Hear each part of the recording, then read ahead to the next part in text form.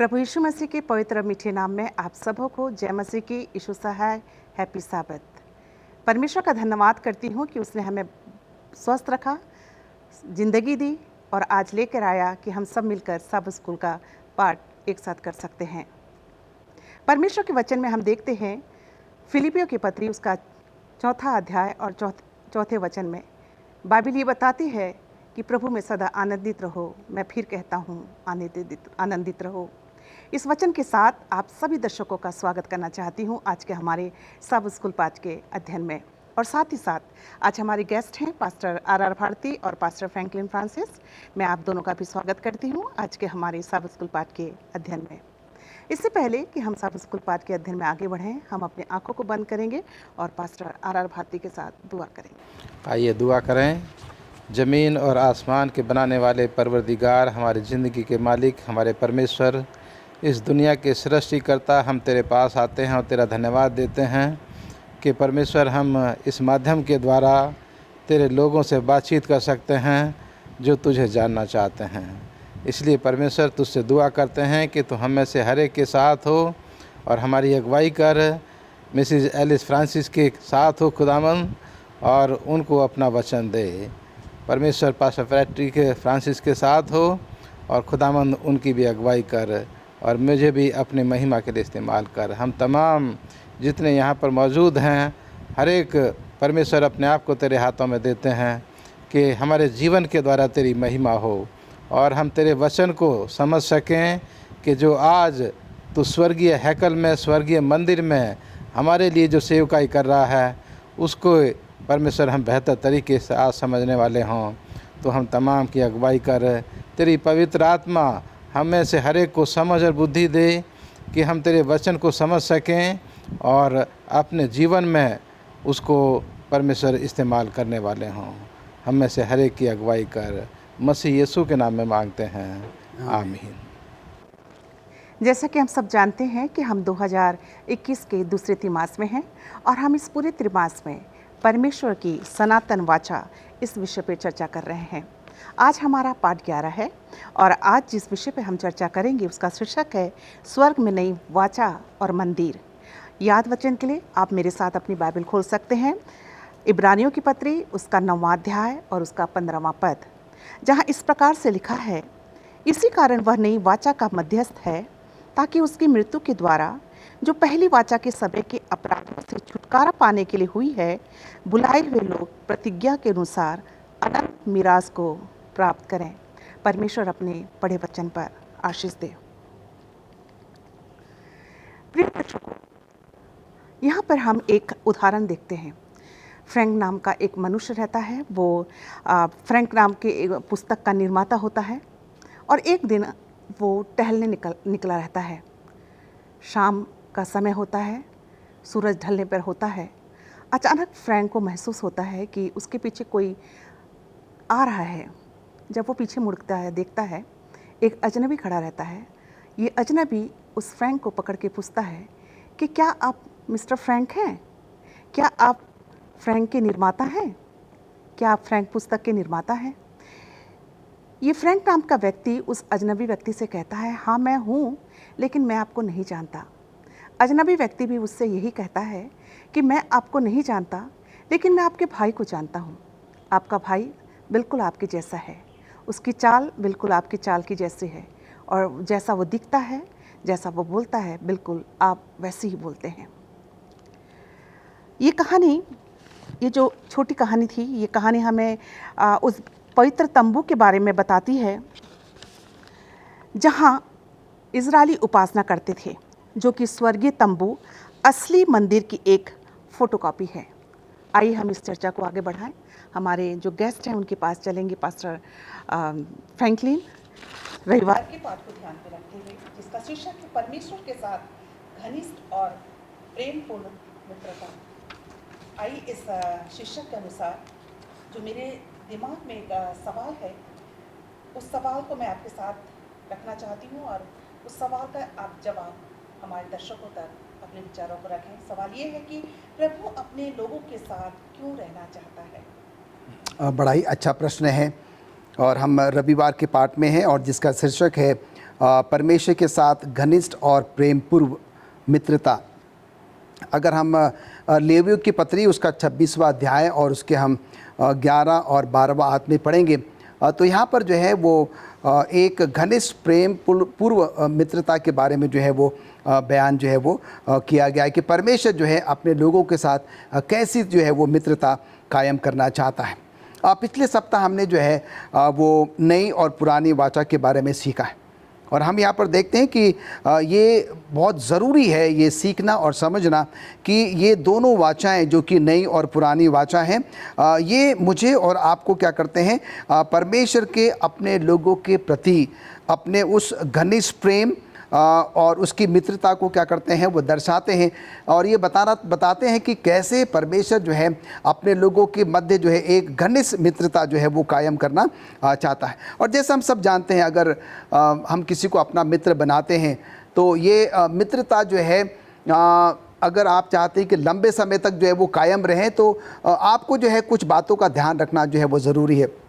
दर्शकों हम सब का कोई ना कोई जो है वो मित्र होता है और जब तक कि हम और आप उस मित्रता को, उस वाचा को, उस प्रतिबद्धता को या उस एग्रीमेंट को जो है दो मित्रों के बीच में होनी चाहिए, अगर हम उसको कायम नहीं रखते हैं तो हमारी मित्रता जो है वो ज़्यादा दूर तक जो है वो नहीं जा सकती है। और इसीलिए हम यहाँ पर देखते हैं कि रविवार के पाठ में जो है परमेश्वर जो है हम मनुष्यों से जो है एक घनिष्ठ जो है वो प्रेमपूर्ण जो है वो मित्रता बनाना चाहता है। और इसलिए जो है चंद बातें जो है परमेश्वर चाहता है कि हमारे और आपके बीच में हो। जब हम संसारिक एक मित्रता कायम करते हैं हमारे बीच में कुछ ऐसे चीज़ें होती हैं जिसका कि हम ध्यान रखते हैं और उसी प्रकार से जो है परमेश्वर भी चाहता है कि उसकी घनिष्ठ मित्रता जो है वो परमेश्वर और हमारे के बीच में जो है वो कायम रहे। और उसके लिए जो है वो चंद बातें हैं और वो क्या है, सबसे पहले जब हम किसी मित्र के बारे में सोचते हैं तो अगर हम अपने उस संबंध को जो है रिलेशनशिप को, उस मित्रता को जो है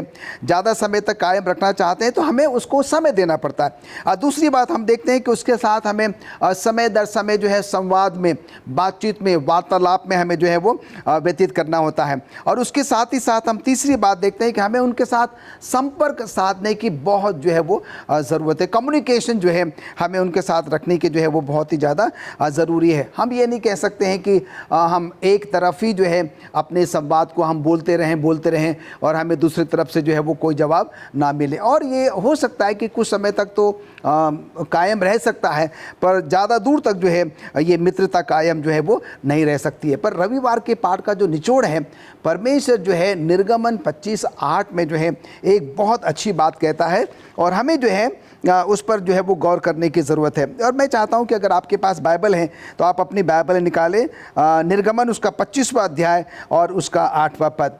यहाँ लिखता है कि और वे मेरे लिए एक पवित्र स्थान बनाएं कि मैं उनके बीच में निवास कर सकूं। और मिसेस एलिस ने जो है आज हमें एक बहुत अच्छा उदाहरण उस फ्रैंक बुक्स निर्माता के बारे में बताया, कैसे जो है उनका मित्र जो है जो एक अजनबी व्यक्ति है और जो उनको पीछे से देखता है और वो पहचान जाता है। क्यों? क्योंकि उन्होंने उनके भाई को जो है वो देखा, वो बिल्कुल वैसे ही चलते हैं, वैसे ही खड़े होते हैं, वैसे ही बोलते हैं, सब कुछ। तो एक तरीके से हम देखते हैं कि फ्रैंक ब्रदर्स निर्माता फ्रैंक बुक निर्माता के जो भाई हैं वो उनके एक प्रतिलिपि है। उसी प्रकार से हम देखते हैं कि उन्होंने ये भी बताया जिस तंबू में जो है इज़राइली लोग उपासना किया करते थे, और हम देखते हैं कि ये तंबू जो है, ये पवित्र स्थान, पवित्र मंदिर जो है वो स्वर्गीय पवित्र मंदिर की क्या है वो प्रतिलिपि है, उसकी जो है वो फोटोकॉपी है। और हम यहाँ पर देखते हैं कि परमेश्वर वही बात हमको समझाना मांग रहा है कि परमेश्वर चाहता है कि हम और आप क्या करें, उसके लिए एक पवित्र स्थान बनाए जहाँ पर कि वो क्या कर सके, वो वास जो है वो कर सके। और इसके लिए हम यहाँ पर देखते हैं कि इसीलिए परमेश्वर हमसे और आपसे जो एक घनिष्ठ मित्रता जो है वो कायम करना चाहता है, एक प्रेम भाव के साथ वो हमारे साथ जो है अपने उस संबंध को जो है वो बनाए रखना चाहता है। और इसलिए अजीज़ों आइए कि हम और आप इस बात का ध्यान रखें कि जब परमेश्वर आगे होकर जो है मेरे आपके साथ मित्रता कायम करना चाहता है, आइए हम और आप भी क्या करें, एक कदम और आगे बढ़ें और उनके साथ जो है मित्रता जो है वो कायम करें। धन्यवाद देना चाहती हूँ पास्टर फ्रैंकलिन आपके अच्छे विचारों के लिए। आपने मित्रता के बारे में बहुत अच्छे विचार हमारे दर्शकों तक पहुँचाए हैं। आइए हम सोमवार के पाठ पे चलेंगे और सोमवार का पाठ का शीर्षक है पाप बलिदान और क्षमा। बहुत ही अच्छा सूचना का पास्टर भारती। और आपसे मैं जानना चाहती हूँ, अपने विचारों को आप हमारे तक लाइए, हमारे दर्शकों तक पहुँचाइए कि इब्रानियों 10 और 4 में हमें पाप, बलिदान और क्षमा के बारे में क्या सिखाता है? ये बहुत अच्छा सवाल है हम सबके लिए सीखने के लिए, लेकिन इस पर गौर करने से पहले मैं थोड़ा सा जो पास्टर फ्रैंकलिन ने अभी हमें बताया उसको मैं थोड़ा सा बताना चाहता हूँ 1 मिनट, कि शुरू से ही परमेश्वर अपने लोगों के बीच में रहना चाहता है। शुरू से ही परमेश्वर अपने लोगों के साथ घनिष्ठ संबंध रखना चाहता है। और ये हम अगर बाइबल से हम इसको देखना चाहेंगे कि जब आदम और हवा को परमेश्वर ने बना करके बाग अदन में रखा तो परमेश्वर वहाँ उनसे मुलाकात करने आता था, उनसे मिलने आता था, उनसे बातचीत करने आता था। और उसके बाद जब उन्होंने परमेश्वर के नियम को तोड़ दिया तो उसके बाद हम देखते हैं कि परमेश्वर ने उनको नहीं छोड़ा और उनके साथ अपना प्यार वो बराबर बनाए रखा। और उसके लिए उसने दूसरा तरीका जो है वो निकाला। और मूसा के समय से पहले जो हम देखते हैं कि जो लोग परमेश्वर के पास आना चाहते थे वो उसके पास उसके हदिये, उसके चंदे, उसकी जो दसवांश हैं वो उसके पास लेकर के आते थे, उसके लिए बलि देते थे। और वो दिखाता था कि परमेश्वर उनके बीच में है और परमेश्वर उनसे अपनी आवाज़ के रूप में भी उनके साथ बातचीत करता था। और यहाँ जो पास्टर फ्रैंकलिन ने भी हमें पढ़ा, जो निगमन की किताब उसके 25 अध्याय की 8 आयत में, वहाँ परमेश्वर ने इंसान के साथ एकदम डेली यानी कि हर समय रहने का उनके साथ जो है वो वादा किया कि तुम मेरे लिए एक हैकल बनाओ, एक ज़मीनी हैकल बनाओ और मैं तुम्हारे बीच में रहना चाहता हूँ। तो परमेश्वर हम इंसानों के बीच में लगातार रह करके हमारे साथ वो संबंध बनाना चाहता है। और इसके लिए परमेश्वर ने अब उस स्वर्गीय, उस पृथ्वी की जो मंदिर था उसके द्वारा उसने जो है हमें हमारे पापों के लिए हमें बलि चढ़ाने के लिए कहा। और इसमें हम देखते हैं लेवियस की किताब 1 अध्याय से लेकर के 7 आयत तक वहाँ तमाम तरह की बलियों का जिक्र किया गया है, दोष बलि, पाप बलि। तो यहाँ पर हम देखते हैं कि जो लेवियस की किताब है उसके 1 अध्याय से लेकर के 7 आयत तक वहाँ उस ज़मीनी हैकल में स्वर्गीय जो ज़मीन के ऊपर तंबू का मंदिर जो है बनाया गया, उसमें तमाम तरह की विधियों का, बलियों का जो है वहाँ पर जिक्र किया गया है, मेल बलि, दोष बलि, पाप बलि। और इस तरह का जो भी वहाँ उस ज़मीनी मंदिर में जो भी सेवकाई का काम था उन तमाम को वहाँ पर जिक्र किया गया है। और उसमें हम देखते हैं कि याजक लोग जो थे प्रतिदिन जो लोग अपने गुनाहों से माफ़ी मांगने के लिए, अपने गुनाहों के लिए बलिदान चढ़ाने के लिए मंदिर में आते थे, तो याजक जो है उनका उपहार लेकर के, उनका जानवर लेकर के उनके लिए वो ज़बह करता था और जानवर का खून लेकर के उसको वो जो पवित्र स्थान था वो उसमें जाकर के छिड़कता था। और इस तरह से उसके पाप जो थे वो क्षमा हो जाते थे, उसको माफ़ी मिल जाती थी। लेकिन आज जो है हम यहाँ पर देख रहे हैं जो इब्रानियों की किताब उसके 10 अध्याय की 4 आयत में जो पौलुस रसूल हमारे लिए लिखते हैं कि इन बैलों और बकरों का लहू पापों को दूर करने के लिए ये एक अनहोनी बात है। क्योंकि जो पृथ्वी के तंबू में, पवित्र स्थान में जो विधियाँ थीं वो तमाम विधियाँ यीशु मसीह की तरफ जो इशारा करती थीं। वो जानवर जो वहाँ पर ज़बह किए जाते थे वो यीशु मसीह को दिखाते थे।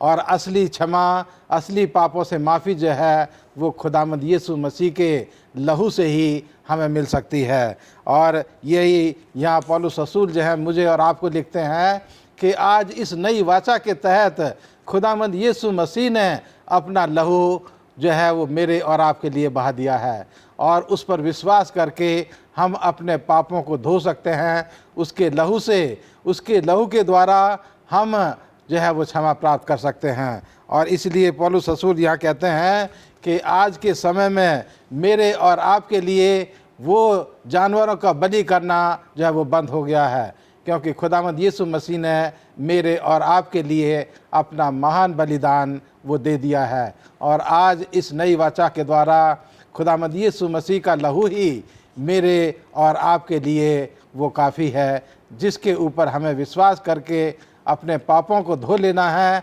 और उसके द्वारा हमें क्षमा को प्राप्त करना है। धन्यवाद देना चाहती हूँ पास्टर भारती आपके अच्छे विचारों के लिए। आपने पाप बलिदान और क्षमा के बारे में बहुत ही अच्छे विचार आज हमारे दर्शकों तक पहुँचाया है। आइए हम मंगलवार के पाठ पे चलेंगे और मंगलवार के पाठ का शीर्षक है यीशु हमारे एवज में। और इस शीर्षक को ध्यान पे रखते हुए पास्टर फ्रैंकलिन, हम आपसे जानना चाहते हैं, आप अपने विचारों को हमारे दर्शकों तक पहुंचाइए कि हमें पाप और मृत्यु से बचाने के लिए प्रभु यीशु मसीह के लोगों का क्या योगदान है। आपके प्रश्न का जवाब देने के लिए मैं चाहता हूं कि हम अपने बाइबल में चलें। गलतियों उसका पहला अध्याय और उसका चौथा पद। गलतियों की पत्री उसका पहला अध्याय और उसका चौथा पद। और यहाँ पर लिखता है, उसी ने अपने आप को हमारे पापों के लिए दे दिया ताकि हमारे परमेश्वर और पिता की इच्छा के अनुसार हमें इस वर्तमान बुरे संसार से छुड़ाए। और सब हम यहाँ पर जानते हैं कि जो मौत की सज़ा, जो मृत्यु की सज़ा मुझे और आपको मिलनी थी, क्योंकि हम सब ने जो है वो पाप किया। हमारे पूर्वजों ने, बाप दादों ने, आदम हवा ने जो गुनाह किया। और हम यहाँ पर देखते हैं कि पाप की मजदूरी जो है वो मौत है। और क्योंकि हमने जो है वो पाप किया और उसके बदले में जो है हमें मृत्यु जो है वो मिलनी चाहिए थी। पर हम यहाँ पर देखते हैं कि परमेश्वर जो है, परमेश्वर का बेटा यीशु मसीह जो है वो मेरे और आपके एवज में, मेरे और आपके बदले में जो है वो क्या हो गया, वो सामने आ गया। मेरे और आपके पापों का जो भार है, जो बोझ है और जो उसकी जो कीमत है, उसने आकर क्या कर दी, उस क्रूस पर अपने आप को बलिदान करके जो है वो क्या कर दिया, वो दे दिया। और हम यहाँ पर देखते हैं क्योंकि हम पापी थे, हम गुनहगार थे, हम अपने आप को जो है वो बचा नहीं सकते थे। हम में और प्रभु यीशु मसीह में जो है एक बहुत बड़ा फ़र्क है। और वो फ़र्क ये है कि हम सब जो है वो पाप सहित है, पाप के साथ हैं, पाप में जन्मे हैं, पाप में उठते बैठते चलते फिरते हैं। पर प्रभु यीशु मसीह जो है, जो परमेश्वर है, वो पाप रहित है, उसमें कोई भी पाप या गुनाह जो है वो नहीं है। और इसलिए हम पापी होने के नाते जो है हम अपने आप को नहीं बचा सकते थे। और इसीलिए जो है यीशु मसीह जो कि पाप रहित है, जिसमें कोई पाप कोई गुनाह नहीं है, और उसको जो है वो हमारे और आपके एवज में जो है वो सामने आना पड़ा। और उसने क्या किया, मेरे और आपकी जो है वो जगह जो है वो ले ली और अपने आप को क्या कर दिया, उस क्रूस पर जो है वो बलिदान कर दिया। और हम देखते हैं कि वो जो रैंसम है, अंग्रेजी में ये शब्द है, जो खून के बदले में किसी को के बदले में खून जब दिया जाता है, तो हम देखते हैं कि वो जो रैंसम है उसकी कीमत जो है कोई भी अदा जो है वो नहीं कर सकता। और परमेश्वर ने जो है खुले हृदय से क्या किया, अपने एक लौते बेटे प्रभु यीशु मसीह को जो है वो हमारे और आपके पापों के लिए क्या कर दिया, उस क्रूस पर बलिदान कर दिया। और उसका जो लहू है, उसका जो रक्त है, हमारे और आपके लिए, हम जितने ने भी जो है वो पाप किया है, उसने क्या किया, हमें उस मृत्यु से क्या कर लिया है, छुड़ा लिया। उसने जो है हमको क्या कर लिया है, बचा लिया। वो क्यों बचाया है? क्योंकि वो हम सबसे बहुत प्रेम करता है। और आज के सब स्कूल पाठ के मंगलवार के पाठ में कहता है कि परमेश्वर नहीं चाहता कि हम और आप क्या करें, डरें। परमेश्वर नहीं चाहता कि हम और आप क्या करें, उसी पाप में जो है वो जीवन यापन करें। और परमेश्वर नहीं चाहता कि हम और आप क्या करें, उसी पुराने जीवन में जो है वापस चले जाए। और इसलिए उसने कहा है कि मैंने जो है तुम्हारे पापों के लिए, गुनाहों के लिए जो है अपनी जान दी है, और मैंने तुम्हें क्या किया है, बचाया है। मैंने तुम्हारा जो है वो उद्धार किया है। और मेरा रक्त जो है, मेरा लहू, मेरा खून जो है वो तुम्हें तुम्हारे पापों से बचाने के लिए क्या है कि वो जो है वो काफ़ी है। मिसेस एलन जी वाइट अपने आप पर health I leave boy page 100 में कहती हैं कि मैंने अपने आप को बचाने के लिए बहुत कुछ करने की कोशिश करी, लेकिन प्रभु यीशु मसीह के रक्त के साथ परमेश्वर के पास मैं आता हूँ। यीशु परमेश्वर का मेमना है, उसका खून इंसानों के पापों को दूर करता है। तो मैडम पहले जो आपने प्रश्न पूछा था कि यीशु मसीह का जो रक्त है, खून है, वो हमारे आपके लिए जो है वो क्या मायने रखता है, तो हम यहाँ पर देखते हैं कि वो क्या करता है, मुझे और आपको अपने पापों से तो जो बचाता ही है, और मुझे और आपको क्या करता है, उस स्वर्गीय घर के लिए भी जो है वो तैयार करता है। मैं परमेश्वर से अपने पापों को भी दूर करने के लिए कहता हूँ। तो यहाँ पर मिसेस एलन जी वाइट इन थोड़े शब्दों में कहते हैं कि प्रभु यीशु मसीह का जो लहू है वह मुझे और आपको हमारे पापों से, गुनाहों से, खताओं से क्या कर देता है, पाक, शुद्ध और पवित्र कर देता है। और जैसे हमने पहले ही पढ़ा है कि उसने क्या कर दिया, जो मौत मैंने और आपने सहनी थी, उसने हम सब के एवज में, हम सब के बदले में क्या किया, उसने अपने स्वेच्छा से जो है अपने आप को जो है वो हमारे पापों के लिए बलिदान कर दिया। धन्यवाद देना चाहती हूँ पास्टर, थैंक यू आपके अच्छे विचारों के। आपने बहुत ही अच्छे विचार आज हमारे दर्शकों तक पहुँचाया कि हमें पाप और मृत्यु से बचाने के लिए प्रभु यीशु मसीह के रक्त या लहू का क्या योगदान है। आइए हम बुधवार के पाठ पे चलेंगे और बुधवार का पाठ का शीर्षक है यीशु हमारा प्रधान धार्मिक अगुवा।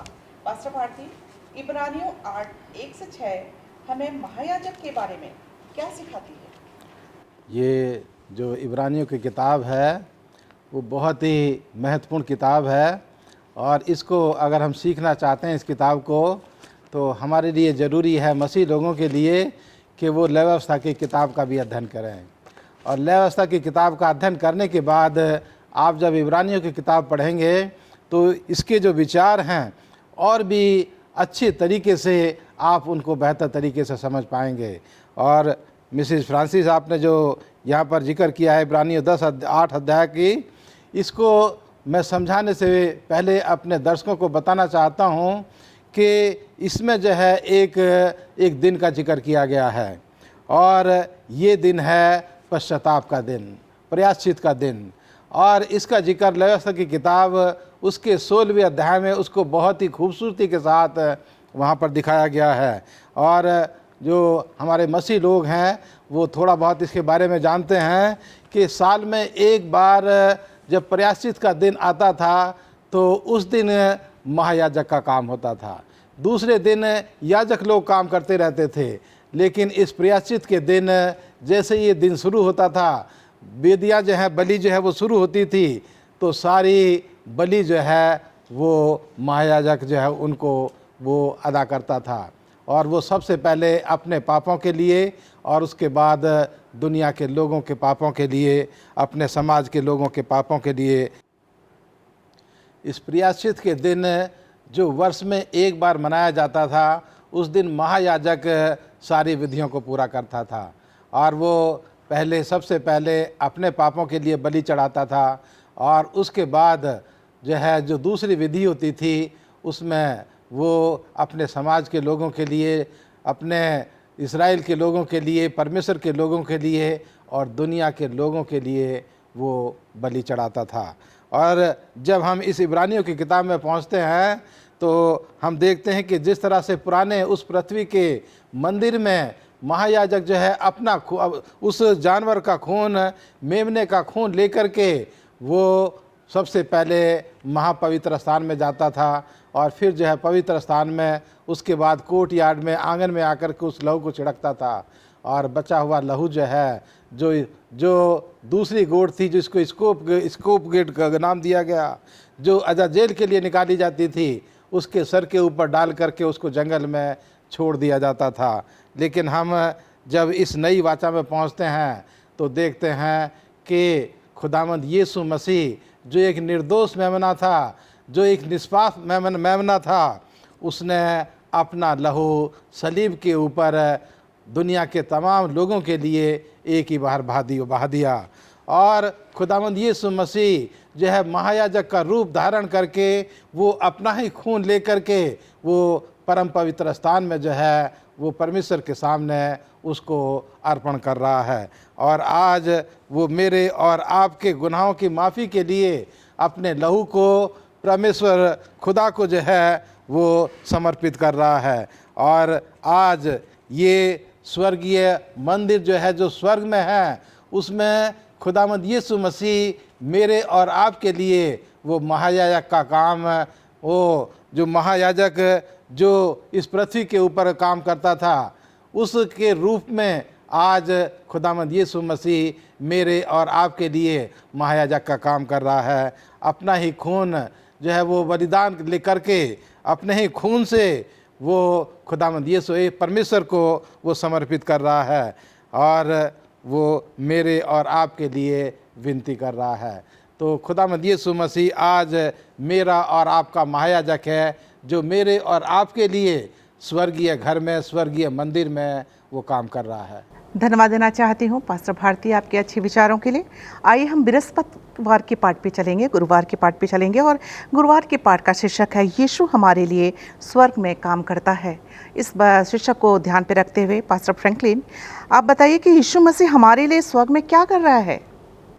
इससे पहले कि मैं आपके सवाल का जवाब दूं, मैं चाहता हूं कि एक बार फिर हम अपनी बाइबल खोलेंगे इब्रानियों की पत्री उसका 9वां अध्याय और उसका 24वां पद। इब्रानियों की पत्री उसका 9वां अध्याय और उसका 24वां पद, जहाँ पर इस प्रकार से लिखता है, क्योंकि मसीह ने उस हाथ के बनाए हुए पवित्र स्थान में, जो सच्चे पवित्र स्थान का नमूना है, प्रवेश नहीं किया, पर स्वर्ग ही में प्रवेश किया, ताकि हमारे लिए अब परमेश्वर के सामने दिखाई दे। तो जो आपने प्रश्न किया था कि प्रभु यीशु मसीह जो है वो हमारे लिए स्वर्ग में क्या काम कर रहा है या क्या कर रहा है, तो यहाँ पर ये बात जो है वो साफ़ हो जाती है। और हमने निर्गमन 25:8 में देखा था कि वो कहता है कि उन्हें मेरे लिए एक पवित्र स्थान बनाने दो जिसमें कि मैं वास कर सकूं। संसारिक तौर पर हमने देखा है और पास्टर भारती ने अभी हमें अच्छे से एक्सप्लेन किया हुआ है कि वो जो है एक मंदिर, एक तंबू, एक पवित्र स्थान बनाने के लिए उनको कहता है, जिससे कि उसमें क्या कर सके, वो वास कर सके। पर हम यहाँ पर देखते हैं कि ये प्रभु यीशु मसीह जो है जिसका जिक्र जो है निर्गमन 25:8 में किया जा रहा है, उस मंदिर का, उसमें प्रवेश ना करते हुए क्या हो गया, वो सीधा जो है उस स्वर्गीय मंदिर में जो है उसने क्या किया, प्रवेश किया। और अब हम यहाँ पर देखते हैं कि अब आज के समय में प्रभु यीशु मसीह जो है वो स्वर्ग में क्या कर रहा है। हम सब बहुत अच्छी तरीके से जानते हैं, जब यीशु मसीह का स्वर्गारोहण हुआ, यीशु मसीह सीधा जो है वो अपने पिता परमेश्वर के जो है वो दाहिनी ओर बैठ गए और वहाँ पर जाकर क्या कर रहे हैं, वो मेरे और आपके बदले में जो है वो मध्यस्थ का काम कर रहे हैं। हम सब के लिए जो है वो महायाजक का काम कर रहे हैं, जैसे कि पास्टर भारती ने जो है वो हमें बताया है। हम सब इसको बड़े ही आसानी से समझ सकते हैं। आज के समय में जो है जब कभी भी कोई व्यक्ति दोषी करार दिया जाता है, तो जब उसको जो है वो कोर्ट में जो है वो पेश होना होता है, तो हम यहाँ पर देखते हैं कि वो न्यायाधीश के सामने, जज के सामने जो है वो अपने आप को साबित जो है वो नहीं कर सकता है। न्यायाधीश को जो है जब वो न्यायाधीश जब उससे सवाल जवाब जब करते हैं, तो कई बार ऐसा होता है कि ये दोषीदार व्यक्ति क्या कर सकता है, अपने सवालों का जो है वो सही जवाब भी दे सकता है, गलत जवाब भी दे सकता है। और इसलिए वो क्या करता है, अपने बदले में जो है एक ऐसा वकील जो है, एक ऐसा लॉयर जो है क्या करता है, वो चुनता है, जो क्या कर सकता है, उसकी मध्यस्थता कर सकता है, उसके बदले में जो है उसका केस क्या होता है वो लड़ सकता है। और हम सब देखते हैं कि आज के संसारिक माहौल में जो है ज़्यादातर क्या होता है कि वो झूठी बातों को सामने रख के जो है वो कई बार वो केस जो है वो जीत लिया जाता है। पर हम यहाँ पर देखते हैं कि जब हम स्वर्गीय के बारे में बात करते हैं, हमारे अपने केसेस के बारे में बात करते हैं, हम देखते हैं कि मैं और आप जो है परमेश्वर के सामने ऐसे साक्षात रूप में खड़े नहीं हो सकते, क्योंकि परमेश्वर की ज्योति जो है वो इतनी तेज है, हम सब की क्या हो जाएंगे, हम सब भस्म हो जाएंगे। और इसलिए भाइयों बहनों, हम ये देखते हैं कि जब हम प्रार्थना करते हैं तो हम क्या करते हैं, प्रभु यीशु मसीह के नाम से क्या करते हैं, उस प्रार्थना को परमेश्वर तक जो है वो पहुंचाते हैं। और हम जानते हैं कि हम तो इतने पापी, इतने गुनहगार हैं, हमसे गलतियां हो जाती हैं, गुनाह हो जाता है, और हम सीधे जो है वो परमेश्वर के पास जो है वो नहीं जा सकते हैं। और इसलिए जो है हमारा जो मध्यस्थ है वो प्रभु यीशु मसीह है। हमारा महायाजक जो है वो हमारे और आपके बदले में क्या करता है, खुदा बाप के सामने जो है वो मध्यस्थ का काम करता है। और वो कहता है कि नहीं, मैं इस व्यक्ति को जानता हूँ, ये व्यक्ति जो है दिन ब दिन अपने आप को बेहतर बनाने की जो है वो कोशिश कर रहा है। प्रभु तू मुझे जो है, इनको जो है वो मेरे तरफ से होकर क्या कर देख, इनके पापों को, गुनाहों को, खताओं को तू क्या कर, माफ़ कर। और हम देखते हैं कि तब परमेश्वर क्या करता है, हमारे पापों को गुनाह करता है और हमारी प्रार्थनाओं को जो है वो स्वीकार करता है और हमारे निवेदनों को भी क्या करता है, वो स्वीकार करता है। और वो चाहता है कि हम और आप क्या करें, परमेश्वर के सामने जो है वैसे खड़े हो जैसे कि परमेश्वर हमसे और आपसे क्या करता है, वो चाहता है। धन्यवाद देना चाहती हूँ पास्टर फ्रैंकलिन आपके अच्छे विचारों के लिए। आइए हम शुक्रवार के पाठ पे चलेंगे और शुक्रवार के पाठ को ध्यान पे रखते हुए पास्टर भारती, आप हमें बताइए कि स्वर्गीय मंदिर में हमारी कौन मध्यस्थता कर रहा है। ये जो आपका सवाल जो आपने किया है, जो पास्टर फ्रैंकलिन ने अभी बताया है, खुदावंद यीशु मसीह के जीवन के बारे में, उनके काम के बारे में, जो स्वर्गीय मंदिर में आज वो कर रहे हैं, उसी को मैं आगे बढ़ाना चाहता हूँ। और ये इब्रानियों की किताब उसके 8 अध्याय, 9 अध्याय, 10 अध्याय में इन तमाम चीज़ों का जो है यहाँ पर जिक्र किया गया है। और जो ख़ास विचार आज मैं यहाँ पर बताना चाहता हूँ खुदावंद यीशु मसीह के उस काम के बारे में कि जो वो परमेश्वर के और अपराधी के बीच में खड़ा होकर के वो जो काम कर रहा है, और वो जो वकील का काम कर रहा है, जो मध्यस्थता का काम कर रहा है। इब्रानी को किताब कहती है, इसका जो है 8 अध्याय की 6 आयत में लिखा है, पर उन याजकों से बढ़कर सेवा यीशु को मिली, क्योंकि वह और भी उत्तम वाचा का मध्यस्थ ठहरा, जो और उत्तम प्रतिज्ञाओं के सहारे बांधी गई है। तो ये जो नई वाचा है, ये एक उत्तम वाचा जो है इसको बताया गया है। और इस उत्तम वाचा में सबसे उत्तम काम जो है वो यही है कि खुदावंद यीशु मसीह मेरे अपराधी के लिए, गुनाहगार के लिए वो अपने पिता परमेश्वर के सामने खड़ा होकर के वो मध्यस्थता का काम कर रहा है। और जब पापी जो है वहाँ पर खड़ा होता है और परमेश्वर जो है उस पापी की तरफ देखता है, तो वो उसके पापों को नहीं देखता, बल्कि वो खुदावंद यीशु मसीह के जीवन को देखता है कि खुदावंद यीशु मसीह का जीवन जो है वो कितना निष्पाप, निष्कलंक और निर्दोष है। और उसने अपने लहू को इन तमाम अपराधी लोगों के लिए जो है वो स्वेच्छा से जो है वो अपना लहू बहा दिया। और आज वो अपने इन लोगों के लिए जो उसके लहू में विश्वास करते हैं, जो उसके बलिदान में विश्वास करते हैं, वो उनके लिए अपने पिता परमेश्वर से एक बिचौलिए के रूप में ये परमेश्वर से वो विनती कर रहा है। खुदावंद यीशु परमेश्वर से जो है वो विनती कर रहा है, मेरे और आपके बीच में खड़ा होकर के, अपराधी के बीच में और परमेश्वर के बीच में खड़ा होकर के वो अपने जीवन को परमेश्वर को जो है वो पेश कर रहा है। और वो अपने जीवन को जो है परमेश्वर को दिखा रहा है कि इस अपराधी ने, इस पापी ने वो अपने गुनाहों को वो मेरे खून से जो है धो करके पाक और साफ कर लिया है विश्वास के द्वारा। और मैं इस गुनहगार के लिए आपसे पिता परमेश्वर मैं विनती करता हूँ कि आप इसके जीवन को जो है, इसके अपराधों को जो है आप ना देखें, बल्कि मेरे जीवन को देखें कि मैंने किस तरह से अपना जीवन लोगों के लिए कुर्बान कर दिया है। तो आज खुदावंद यीशु मसीह वो मेरे और आपके लिए एक मध्यस्थता का काम कर रहा है।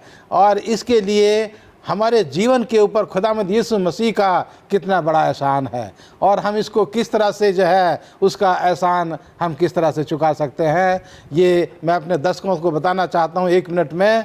कि अगर हम जो है खुदावंद यीशु मसीह के जीवन को और उसके लहू को जो है उसका एहसान को हम देखना चाहते हैं और बताना चाहते हैं, तो हम खुदावंद यीशु मसीह के जीवन के बारे में बताएं, उसके कामों के बारे में बताएं, और उसके इस महान काम के बारे में लोगों को बताएं। और उससे जो है वो लोग जो है उसके ऊपर विश्वास करेंगे, उनकी बातों को जो है मानेंगे और उसके नाम में वे विश्वास करेंगे। इस तरह से हम खुदावंद यीशु मसीह का जो एहसान एक पापी के ऊपर है, हम उसको कुछ हद तक हम उसको हल्का कर सकते हैं। और यही खुदावंद यीशु मसीह दुनिया के हर एक गुनहगार से, हर एक पापी से चाहता है कि उसके कामों को वो दुनिया के लोगों के सामने बताया जाए, जिससे कि जैसे आज खुदावंद यीशु मसीह उस पापी के लिए पिता परमेश्वर के सामने खड़ा होकर के बता रहा है, तो उसी तरह से हम भी यीशु मसीह के बारे में दुनिया के लोगों को बताएं कि यीशु मसीह के लहू के द्वारा विश्वास करके आप अपने गुनाहों को धो सकते हैं और अनंत जीवन के भागीदार आप बन सकते हैं। धन्यवाद देना चाहती हूँ पास्टर भारती आपके अच्छे विचारों के लिए। प्रिय दर्शकों, प्रभु यीशु मसीह अपने वचन के द्वारा हमें कहते हैं कि देख मैं द्वार पर खड़ा हुआ खटखटाता हूँ। आज प्रभु यीशु मसीह हमारे दिल के दरवाजे को खटखटा रहा है। क्या हम इस लायक हैं कि प्रभु यीशु मसीह को अपने दिल में जगह दें? हमें दुनिया में रहते हैं, हमारा अच्छा काम ही हमें स्वर्ग राज का वारिस होने के लिए चुनेगा। जब हम दुनिया में रहते हैं, हम अपने कामों के द्वारा ऐसा कोई न करें जिससे दुख पहुँचे प्रभु को और हमारा जाना स्वर्ग राज में कैंसल हो जाए। आइए हम प्रभु यीशु मसीह के ऊपर चिन्हों पर चलें, उसके वचन का प्रचार दुनिया के कोने कोने तक फैलाएं। समय बहुत ही निकट है क्योंकि हम देखते हैं दुनिया में कई महामारी, कितनी बड़ी महामारी आई हुई है और उस महामारी में कई लोग चले गए, लेकिन हमारे पास प्रभु यीशु मसीह ने हमें मौका दिया कि हम परमेश्वर के वचन को दुनिया के ऐसे कोने कोने तक पहुँचाएँ जहाँ नहीं गया है। और जब हम पहुँचाएंगे बहुत सारे लोग जो परमेश्वर को नहीं जानते वो परमेश्वर को जान सकेंगे, परमेश्वर के वचन पर चल सकेंगे और अपने आप को परमेश्वर के घर जाने के लिए तैयार कर सकेंगे। थोड़ा समय है बाकी, सेवा है काफ़ी, हम रुके नहीं, पीछे मुड़े नहीं, यीशु है हमारा साथी। आइए हम परमेश्वर का धन्यवाद करें इस सुंदर समय के लिए कि उसने हमें इतना अच्छा मौका दिया है कि हम ऑनलाइन के जरिए हम एक दूसरे से परमेश्वर के वचन को बांट सकते हैं। धन्यवाद देना चाहती हूँ पास्टर भारती और पास्टर फ्रैंकलिन आपके सहयोग के लिए, आपके अच्छे विचारों के लिए। वो उम्मीद करती हूँ कि आज का सब स्कूल हम सब के लिए आशीष का कारण रहा होगा। आइए हम अपने सब स्कूल को ख़त्म करेंगे और मैं रिक्वेस्ट करूँगी पास्टर फ्रैंकलिन से दुआ में हमारे ऊपर करें। आइए प्रार्थना करें।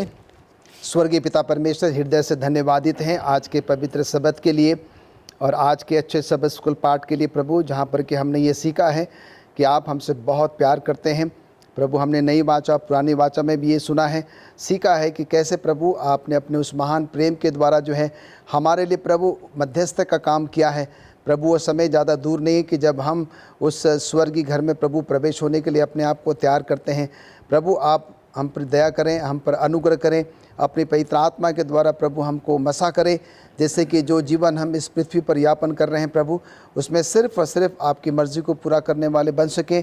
जिससे कि प्रभु जब हम आपके पिता परमेश्वर के सामने खड़े हों तो हमारी वकालत प्रभु जब यीशु मसीह करते हैं, हमें उस स्वर्गीय घर में स्थान मिल सके।